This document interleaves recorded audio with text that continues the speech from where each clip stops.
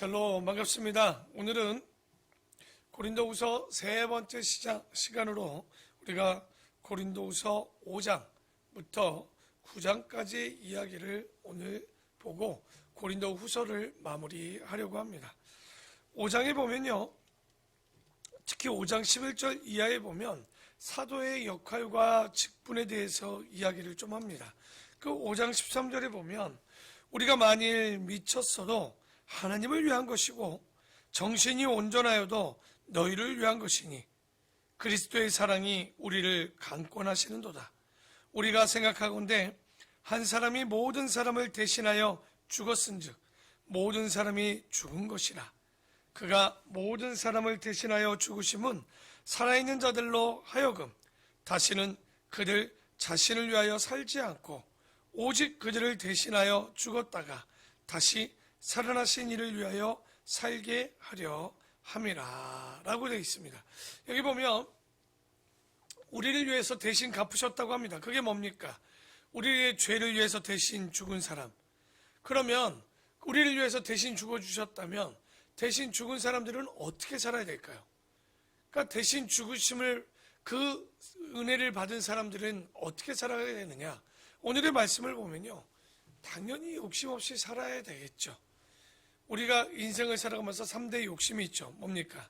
하고 싶다, 갖고 싶다, 되고 싶다라는 그 말씀이 있습니다. 그러니까 우리가 여기 보면, 그런데 이 욕심은요, 아무리 가져도 채워지지 않습니다. 놀랍게도 스올과 같아서 채워도 채우고 싶은 것이 이 인간의 욕심인데, 우리가 이 오늘 보는 5장 15절은요, 기독교의 핵심 교리와 같은 겁니다. 다시 한번 볼까요? 그가 모든 사람을 대신하여 예수님이 우리를 위하여 죽으심은 살아있는 자들로 하여금 다시는 그들 자신을 위하여 살지 않고 오직 그들을 대신하여 죽었다가 다시 살아나신 예수를 위하여 살게 하려 함이다 라고 얘기합니다. 그러니까 우리를 위하여 대신 죽으신 분을 위해서 살아가는 것이 이제 죽었다 다시 산 우리가 해야 될 또 그 길이지 않는가. 그래서 사도 바울은 갈라디아서 2장 20절에 뭐라고 합니까? 내 안에 내가 사는 것이 아니라 그리스도께서 내 안에 사신 것이라 라고 이야기를 하죠. 우리가 이제 그런 은혜를 입은 자는 내 삶과 내 목적과 내 방향이 아닌 바로 먹든지 마시든지 모든 것을 주의 영광을 위해서 하라라고 얘기를 하죠. 그러면서 우리는 고린도후서 5장에 보면 17절은 다 알 겁니다. 17절에 뭐라고 나옵니까? 그런즉 누구든지 그리스도 안에 있으면 새로운 피조물이라. 이전 것은 지나갔으니 보라 새 것이 되었다. 그러면 이 말씀 다 좋아요. 우리가 주님 앞에 뭐가 되었으니까? 새로운 피조물이 되었다라고 얘기를 하죠. 그런데 우리가 잘 알아야 되는 게 뭐냐면 먼저 그리스도 안에 있다는 게 무슨 뜻일까요? 그리스도 안에 있다는 것은 우리가 살든지 죽든지 먹든지 마시든지 주의 영광을 위해서 산다는 것. 그러니까 그분이 우리 안에서 사시고 나는 죽고 그분이 내 안에 살아서 그분의 뜻대로 살아가는 것이 그리스도의 새로운 피조물이 됐다라고 얘기합니다. 근데 문제는 우리가 이 말씀을 받을 때 앞뒤를 안 살펴봐요. 그냥 새로운 피조물이 되었대요.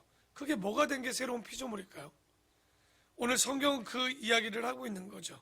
새로운 피조물이라는 것이 뭐냐면 지금까지 내가 내 삶을 위해서 내 목적대로 내 밥을 먹고 내 방향을 통해서 내가 가고자 하는 곳을 갔다라면 이제는 누구를 위해서 사는 거냐? 바로 나를 위해 십자가에 돌아가신 그 예수 그리스도를 위해서 그 모든 먹든지 마시든지 주의 영광을 위해서 사는 자, 바로 그리스도 안에 있는 자라가 새로운 피조물이다라고 얘기하는 거지. 우리가 14, 15, 16절도 안 보고 그냥 17절 보고 나 그리스도 안에 있다. 그러니까 나 새로운 피조물이야. 그 안에 있는 게 뭡니까?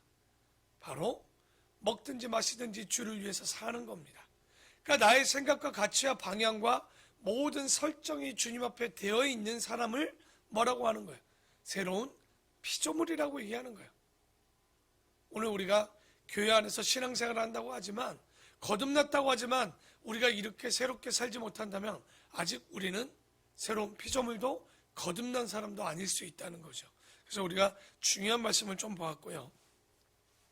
그리고 6장에 보면요, 아마도 사도 바울이 사도의 정체성을 좀 얘기하고 있는 것 같아요. 신앙의 정체성.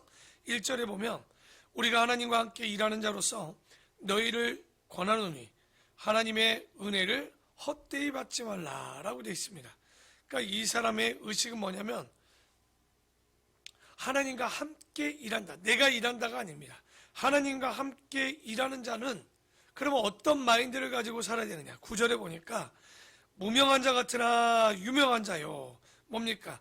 사도 바울이 실제는 무명한 자죠. 12제자도 아니고 70제자도 아닌 것 같으나 뭐라고 얘기합니까? 그러나 그 뒤에 보면 누구보다도 이 사람은 유명한 자 같이 되었고 우리가 살아있고 징계를 받는 자 같으나 죽임을 당하는 자, 죽임을 당하지 아니하는 자. 그러니까 죽은 자 같은데 죽임을 당하지 않는 자. 바울이 얼마나 몇 번이나 죽을 고비를 넘깁니까? 항상 죽음에 던져졌지만 그는 그리스도의 생명의 역사에 동참해서 항상 다시 살아났던 거죠.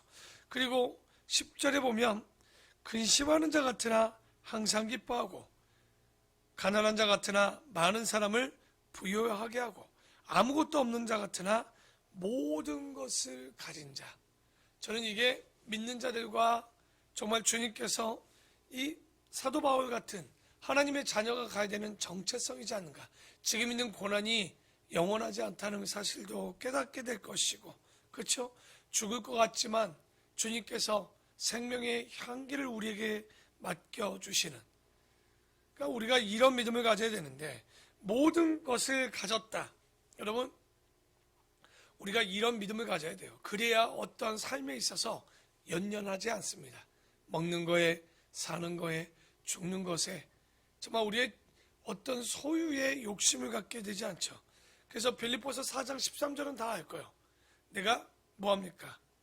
내게 능력 주시는 자 안에서 내가 모든 것을 할 수 있다. 이거 슈퍼맨이 아니라 모든 것을 할 수 있다라는 것은 뭘 모든 걸 할 수 있느냐? 4장 12절을 봐야죠. 나는 비천에 처한 줄도 알고 풍부에 처한 줄도 알아. 모든 일, 곧 배부름과 배고픔과 풍부와 그리고 궁핍에도 처할 줄 아는 일체의 비결을 배웠노니 내게 능력 주신 자 안에서 내가 모든 것을 할 수 있느니라. 바울이 내가 모든 것을 할 수 있다는 것은 잘 먹고 사는 것도, 어려움도, 잘 나가는 것도, 못 나가는 것도 다 이겨낼 수 있는 힘, 바로 그 힘을 가질 수 있다라고 얘기하는 거예요. 그래서 우리가 사도 바울처럼 혹은 믿음을 가진 자라면 적어도 어려움이 왔을 때 어려운 일이죠. 그러나 주님 안에 있다라는 것, 새로운 피조물이 되었다라는 것은요, 오늘 고린도후서의 이 말씀처럼, 빌립보서 4장 13절의 말씀처럼 내가 주와 함께 일하고 있음을 잊지 않을 것이고, 더 나아가 주님이 우리와 함께 하심을, 우리 안에 거하심을, 근데 그 거하신다는 이야기는 내가 주님 안에 궁핍에 처할 줄도 알고 풍부에 처할 줄도 아는 그 모든 것을 이겨낼 수 있는, 정말 소유 아닌 존재라는 존재를 잘 생각할 수 있는 그런 믿음의 자녀가 돼야 되죠. 그리고 7장에 보면 우리가 고린도 후서가 어렵다라고 그랬죠. 요한계시록만큼이나 어렵다고 한 이유가 이게 5절 같은 이야기들 때문에 그래요. 왜냐하면 우리가 마게도냐에 이르렀을 때에도 우리가 육체가 편하지 못하였고 사방으로 환난을 당하여 밖으로는 다툼이요 안으로는 두려움이었느니라.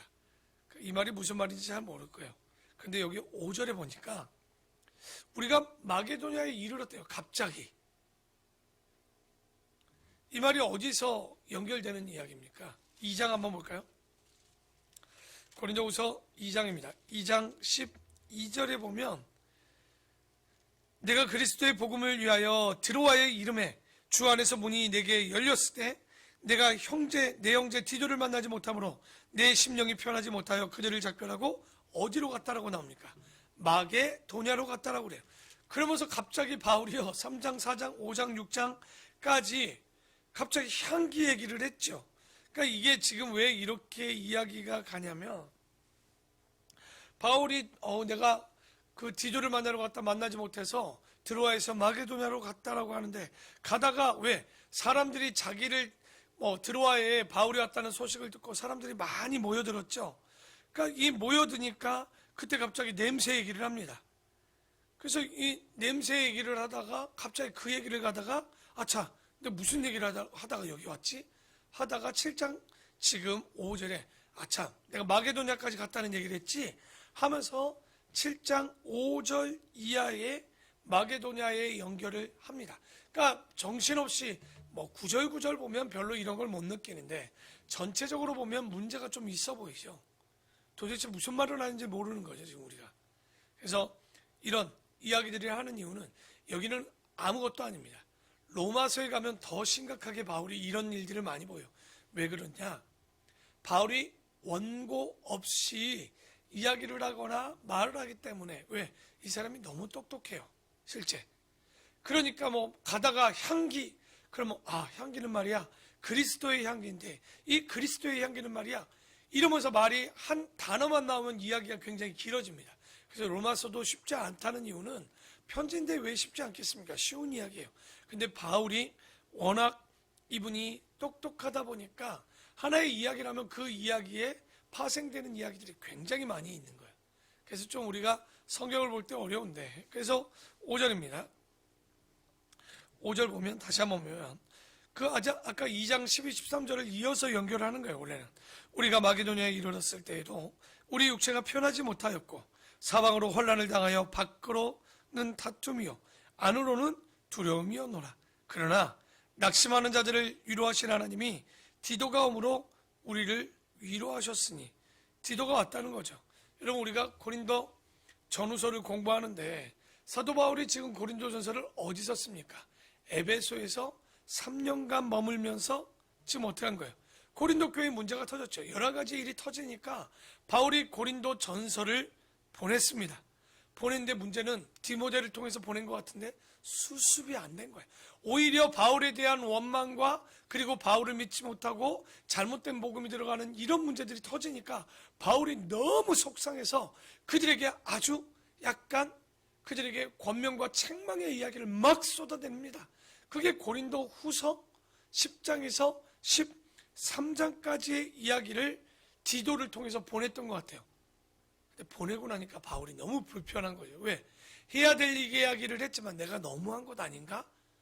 내가 그들이 알지도 못하는데 아직 젖먹이 신앙인데 아직 육신에 속한 자인데 내가 너무한 거 아닌가?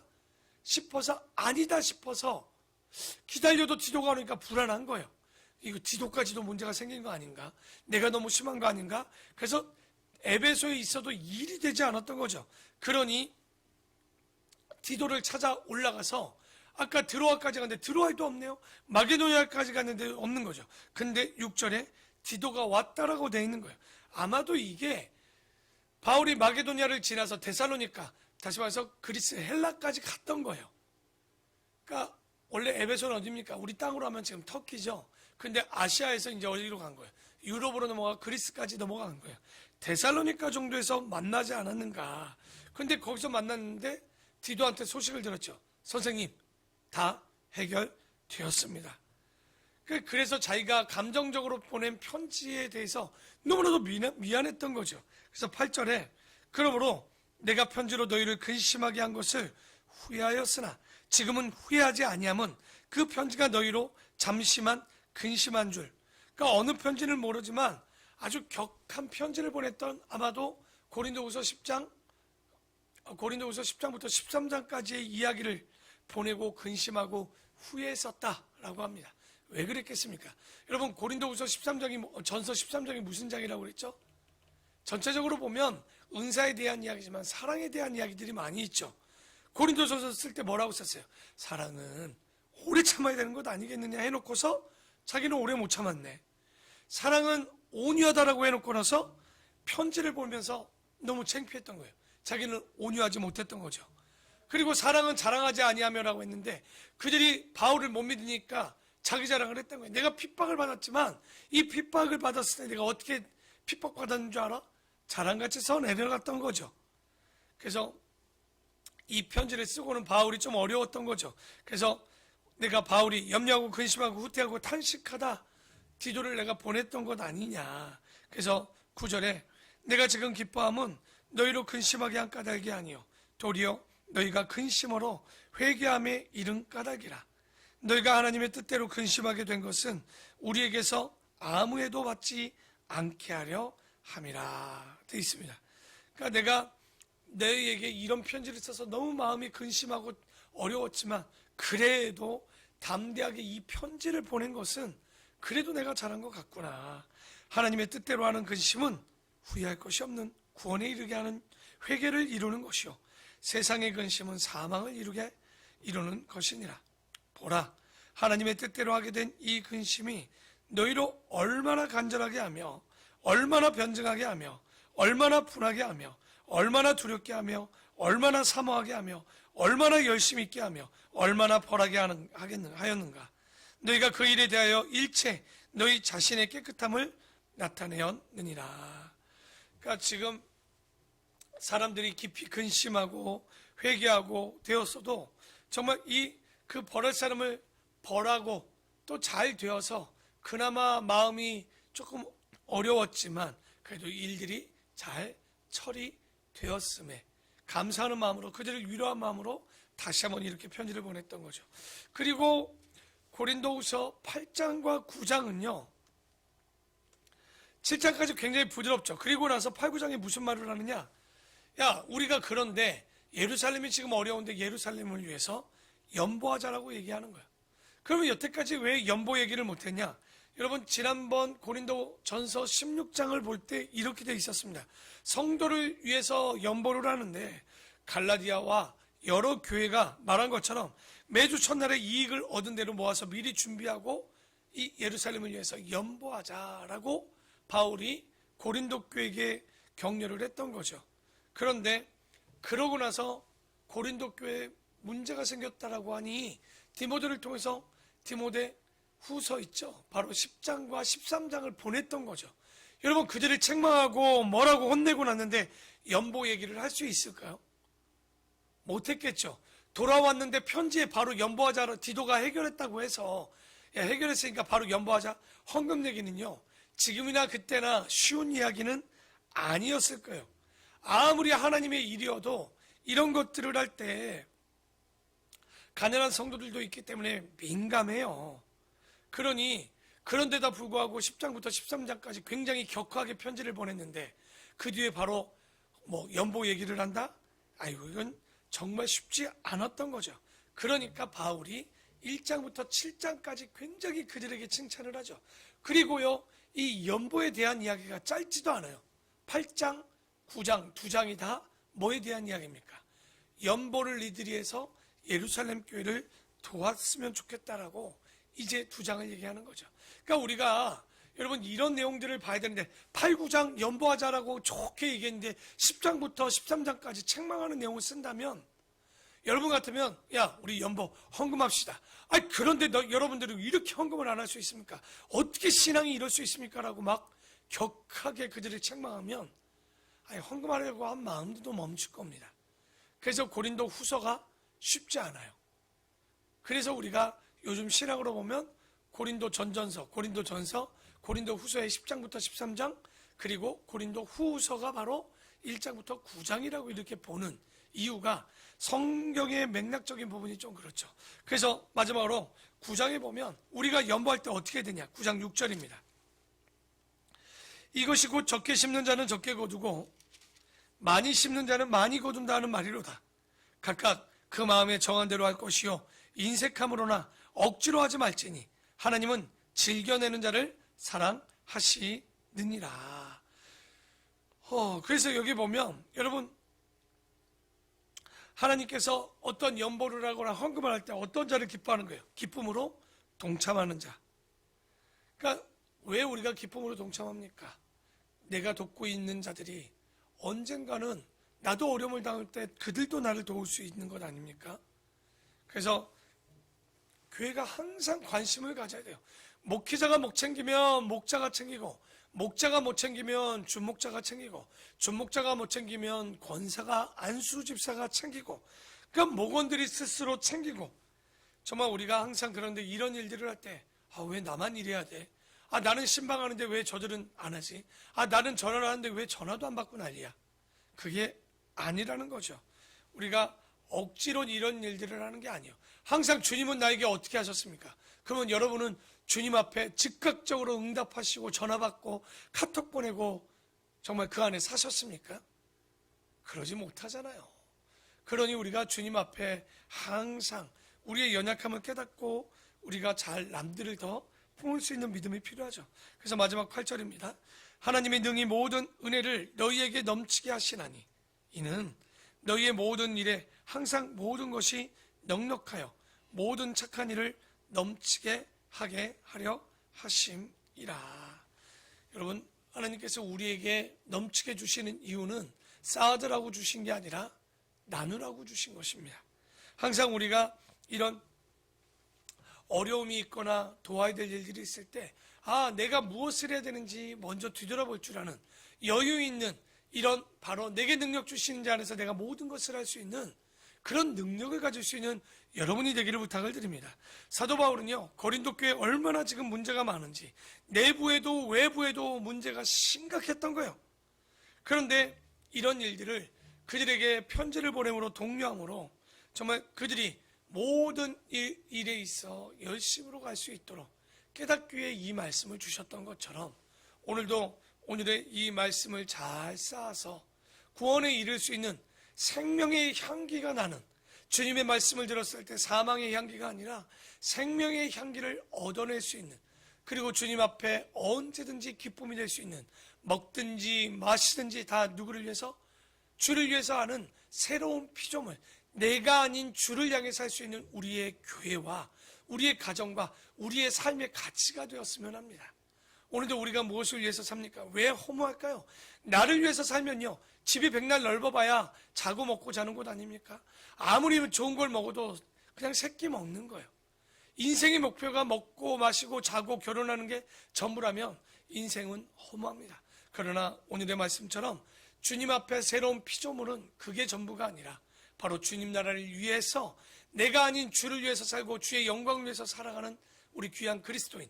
그러면요, 끝없이 해야 될 것들이 많이 있다는 거예요. 멈추지 않고 주님 오실 날까지 우리는 멈출 수 없는 거예요. 그래서 이 말씀대로 살아가고 한 주를 잘 마무리하는 우리 모든 성도가 되기를 축원합니다. 기도하겠습니다.